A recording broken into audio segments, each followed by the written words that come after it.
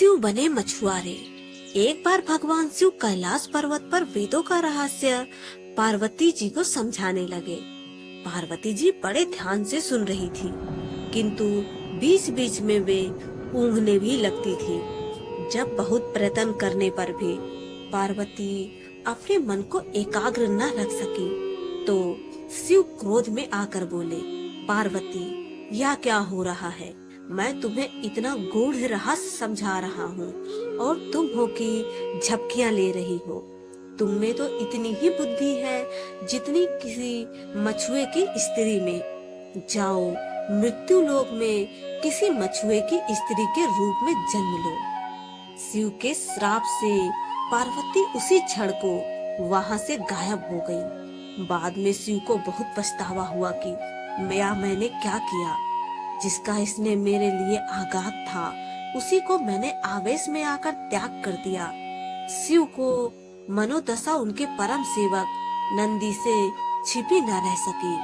वह सोचने लगा, स्वामी बहुत बेचैन है माता पार्वती के बिना। जब तक माता लौटेंगी नहीं, स्वामी को चैन नहीं पड़ेगा। उधर पार्वती मृत्यु लोक में पहुंची और एक शिशु बालिका के रूप में पुनई वृक्ष के नीचे लेट गई। थोड़ी देर में पुरवल कबीले के कुछ मछुए अपनी सरदार के साथ वहां से गुजरे तो उनकी नजर उस शिशु बालिका पर पड़ी। सरदार ने बालिका को उठाया और उसे भगवान का भेजा प्रसाद समझकर अपने घर ले आया। उसने बालिका का नाम रखा पार्वती। जब वह कुछ बड़ी हुई तो अपने पिता के साथ मछली पकड़ने जाने लगी। बड़ी होकर उसने नाव चलाना भी सीख लिया। पार्वती अपूर्व सुंदरी थी। कबीले के कितने ही युवक उसके रूप की प्रशंसा करते नहीं अघाते थे। उनमें से कोई तो पार्वती के साथ विवाह के इच्छुक रहते थे, लेकिन पार्वती उनमें से किसी के साथ भी विवाह के लिए इच्छुक नहीं थी। उधर कैलाश पर्वत पर शिव को पार्वती का वियोग असहनीय हो रहा था। एक दिन उन्होंने अपने मन की व्यथा नंदी से कह डाली। बोले, नंदी, मैं रात दिन पार्वती के बिना बहुत बेचैन रहता हूँ और उस घड़ी को कोसता रहता हूँ जब मैंने गुस्से में आकर पार्वती को श्राप दे दिया था। काश उस समय मैंने धैर्य से काम लिया होता। नंदी ने हाथ जोड़कर कहा, स्वामी, तब आप पृथ्वी पर जाकर उन्हें ले क्यों नहीं आते? कैसे लाऊं नंदी? उसका विवाह तो किसी मछुए से होगा। शिव के मुंह से कराह सी निकली। शिव के मन की व्यथा जानकर नंदी विचार करने लगा कि मुझे कोई ऐसा जतन करना चाहिए जिससे स्वामी को मछुआ बनना पड़े। यह विचार करके नंदी ने एक बड़ी मछली का रूप धारण कर लिया और तट की ओर चल पड़ा, जिधर परवल कबीले के मछुआरे रहते थे। वहां पहुंचकर मछली बने नंदी ने मछुआरों के बीच आतंक फैला दिया।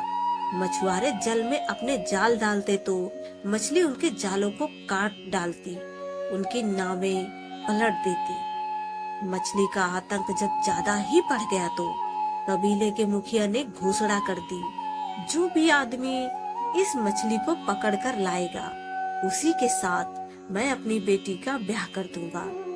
अनेक युवकों ने उस मछली को पकड़ने की कोशिश की, लेकिन असफल रहे। असहाय होकर मछुआरे सरदार ने शिव की शरण ली। हे दया के सागर, हे कैलाशपति, हमें इस मछली से छुटकारा दिलाओ। मुखिया की बेटी ने भी शिव की आराधना करते हुए कहा, हे सदाशिव, हे प्रलयकर, हमारी सहायता करो। अब तो हमें तुम्हारा ही आसरा है प्रभु। शिव ने उनकी पुकार सुनी।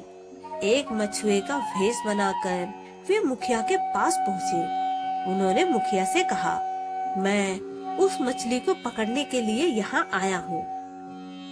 मुखिया ने कहा, नौजवान, अगर तुमने उसे पकड़ लिया तो हमारी जाति सदैव तुम्हारे गुणगान गाएगी। अगले दिन शिव एक बहुत बड़ा जाल लेकर सागर के जल में उतर पड़े।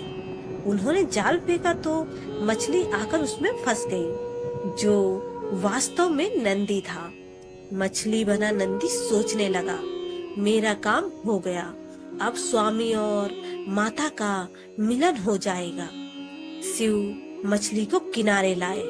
मछुआरे उनकी जय जयकार करने लगे। सरदार बोला, तुमने हमें उबार लिया युवक, अब हम किस तरह तुम्हारा आभार व्यक्त करें। फिर वचन के अनुसार मछुआरे सरदार ने बड़ी धूमधाम से अपनी पुत्री का विवाह उस युवक के साथ कर दिया।